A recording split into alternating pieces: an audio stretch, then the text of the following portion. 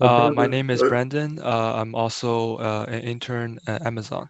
And today I'm going to talk about my work this summer on the NLU component of dialog state tracking. So briefly on the background of dialog state tracking. So it is one of the core features of any chatbot. The main goal of dialog state tracking is to have a real-time dialog understanding for accurate and appropriate response generation and also accurate downstream API calls. For this project, I have pre-trained a natural language understanding component for dialog state tracking. So as opposed to the previous updates, here the input for my model is text instead of audio. And for my model, it is also transformer based. We use the BERT-based model. In addition, it is also a multitasking or jointly trained model, where it includes the dialog state tracking labels as the main objectives. And in addition, we also added another objective of sentence entailment to fine-tune BERT. So I will talk about the dialog state tracking labels in detail in the next slide. For sentence entailment, the main objective is given a pair of texts, presumably one of them is the previous text, the other one is the current text. It can be a user response to a system text or a system response to a user text. Given a pair of text, the model needs to predict whether or not the current text is indeed a response of the previous text. So we keep 50% of the text of the pairs authentic and the other 50 randomly shuffled, so that 50 of them are indeed true and the other 50 are false. So the main goal of this is to fine-tune BERT in parallel as we are training the model with other labels. So there are five labels that we are interested in for dialog state tracking. First one is dialog act. It serves as a function or action, for example, to inform or to request information by the user from the system. And the second one is entity. Entity is a real world category. And to pair with entity, there are slots. Slot is a specific value in the context. Notice that I put dialog act entity slot in this kind of like a tree, like a hierarchy relationship. That is because a unique dialog act may contain multiple different entities, and a single entity may also contain multiple different slots. Other than that, we also have intent and dialog state. Intent is very much like the topic, the domain, or the goal of the conversation, whereas dialog state is the overall state of the dialogue. So here's an example. The user says, I would like to book a hotel in London tomorrow. So here, London and tomorrow are the specific slot values, and their corresponding entities are city and date. And the dialog act associated with both these entity slot pairs are informed. The user is telling the system what he's planning to do. And obviously the intent here is hotel, and the dialog state is to reserve hotel. So from these five labels, in our model, we decided to we decided that for the first three, dialog act, entity, and slot, they are essentially sequence tagging problem. We treat each token in the sequence of tag as a individual unit, and each token or each unit can correspond to a specific entity or a specific dialog act or a specific slot. So for slot, it's kind of like a binary sequence. For dialog act and entity, it's a sequence of multi-class classification. And furthermore, if we have dialog act and an entity, we don't need to actually explicitly predict slot. We can just infer slot from either dialog act or entity. And for intent and dialog state, these are simple multi-class classification per turn. So here are the previous work and that we use as baseline and also the current state-of-the-art result. These are the two papers that introduce these two models. The first one is called BERT DST, the second one is called StateNet. We chose this mainly because, as you can see on the right column, they used Wizard of Oz data WOZ. This is also one of the datasets I used in my experiments, so it will be easier for me to compare my performance against these models. As you can see, BERT DST for WOZ, BERT DST reached 87.7% on slot accuracy, and StateNet reached 88.9% on slot accuracy. It's also, I forgot to mention, the accuracies here are for joint accuracy for slots. So these are the three data sets. As mentioned, the first one is Wizard of Oz. Its training size is about 2,500 turns. For the second data set, it's called End-to-End Dialog Challenge, introduced in a competition by Microsoft. Its training size, it's over 29,000 turns. The last data set is Dialog System Technology Challenge 8, aka DSTC8. Its training size, it's over 180,000 turns. So as you can see, from the first data set to the last one, the training size goes from one order of magnitude higher from the first one to second one and to the third one. And under each data set, I've included their label space. It's worth mentioning that the last data set is the only one that provides intent and dialog state. Also, you can see that the label space kind of grows with respect to the data size. Now we talk about the model architecture. As I mentioned, we can simply discard slot in our prediction, and for entity and dialog act, these are sequence tagging problem. So we use conditional random field. For intent and dialog state, these are multi-class classification from the classification token introduced by BERT. And the sentence entailment, it's a binary classification on a different set of texts. So we first use BERT to extract contextualized embedding from our input sentences. And on top of BERT, there is a task-specific classification layer, as mentioned here, for each specific task. Now, this is what I call a single turn architecture. This is us treating each turn separately, independently. Now, as in the middle of my experimentation, I found out that for intent and dialog state, it's a little bit more than that. Why is that?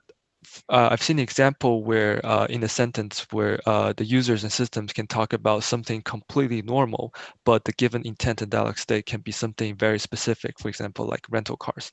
This is because they've mentioned that information before, for example, early on in the conversation. But our goal is to understand at any given turn in the conversation, understand the specific intent and dialog states, even though they are pretty much hidden. So inspired by that and motivated by that, I proposed a change in the architecture to go from single turn to multi-turn. For the sequence tagging problem, they're still the same. They're context independent. But for intent and dialog state, since they're context dependent, we introduce a hidden state to accumulate the turns in a chronological order. So this is achieved by using a recurrent neural network component. So these are the initial, the current results. For Wizard of Oz, we've achieved the highest sequence tagging accuracy. The current state of art for Wizard of Oz is 88.9%, and I've reached 95.2% on the slot accuracy. For the other two data sets, the sequence tagging accuracy are considerably lower. This makes sense due to their data size. For the last data set for intent and dialog states, haven't put the number here because the experiments are still ongoing. It's also worth noting that on the last column for sentence entailment accuracy, we can see that as the data size grows, the accuracy for sentence entailment prediction is higher. This makes sense because sentence entailment reflects the model's comprehension of the corpus it's trained on. So here's a simple example of the prediction for the sequence tagging. So here we are predicting the slot, entity, and dialog act for a given turn, and it's able to pick up pretty much right. It's able to pick up exactly able to pick up all the slots, entity, and dialog act, and for sentence entailment, able to predict that they are indeed the correct, the authentic response to the previous text. The main contribution of this work is that I've unified several dialog state tracking tasks into a single joint module, and this will be very helpful for future work when we want to combine or integrate with components like ASR or SLU. And for with respect to the WALS dataset, I've also improved the performance upon the baseline and the current state of the art. The last slide, I'm going to talk about the future directions. As I mentioned, we want to integrate this NLU component with SLU components for a complete end-to-end dialog state tracking system. Secondly, I was thinking we can do something similar to the cross-modal embedding training by Bouvin and Roshan. That is to map labels into the same embedding space and try to either minimize Euclidean distance or maximize their cosine similarities or pointwise mutual information. Thirdly, we want to see if we can extend sentence entailment to paraphrasing objectives. We also want to see do some transfer learning by corpus. So this is to impart wisdom from one corpus that performs greatly on one specific task, so that the other corpus can be improved as well. And lastly, we also want to see how we can handle out of vocabulary scenarios for our labels. So these are the references, and I'm ready to take questions or comments. Thank you. We have a question, and I'll read it. Is this approach applicable to goal-oriented scenarios only where the semantic structure is defined manually, or can semantic structure be inferred? So that's a good question. So far, all the three datasets are goal-oriented dialog datasets, but from my understanding, as long as they provide the necessary annotations and labels, it doesn't have to be goal-oriented dialogues. Are there any other questions? Here's another written question. In slide number 65, which I will get to, since dialog state is a multi-class, why are we seeing same label in multiple places? Well, here this example doesn't include intent or dialog state. The one here is the dialog act. So for dialog act entity, we are predicting on the token level. So these will be sequence of predictions. So we're saying the slots for next Tuesday at 7 p.m. are under the dialog act of inform. So these are not dialog states, but you're correct. If this example were to have dialog state and intent as annotations, the intended dialog state will be a single value per this entire sequence or per this turn. May know what is the main reason you're using, what is the purpose of using sentence entailment with previous text and current text? What are you going to infer from previous text and current text here? We want to, the objective is to see whether or not the current text is a response of the previous text. So here, this is the response of the previous text. But if it were to randomly select some other sentence in the corpus, and this should say no, this current text is not a response of the previous text. And the mindset behind that objective is that we want to fine-tune the BERT embedding using this in parallel with other dialog state tracking objectives.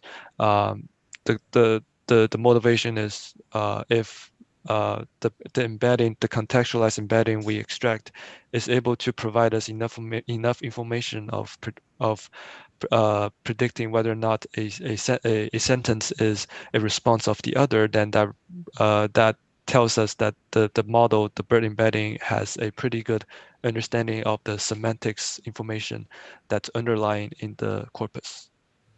For example, if the previous utterances are also from the response from the multiple questions from the user. So how do you deal that? Can you say that again? Sorry. Uh, if the previous text and the current text both are from the user, so in that situation, what are you going to learn from the text? We would give the ground truth would be 0, and we would tell that would tell the that would tell the model that you should not group them together. You should not say that they are a response of the other. Okay. Okay. Thank you. No problem. Any other questions?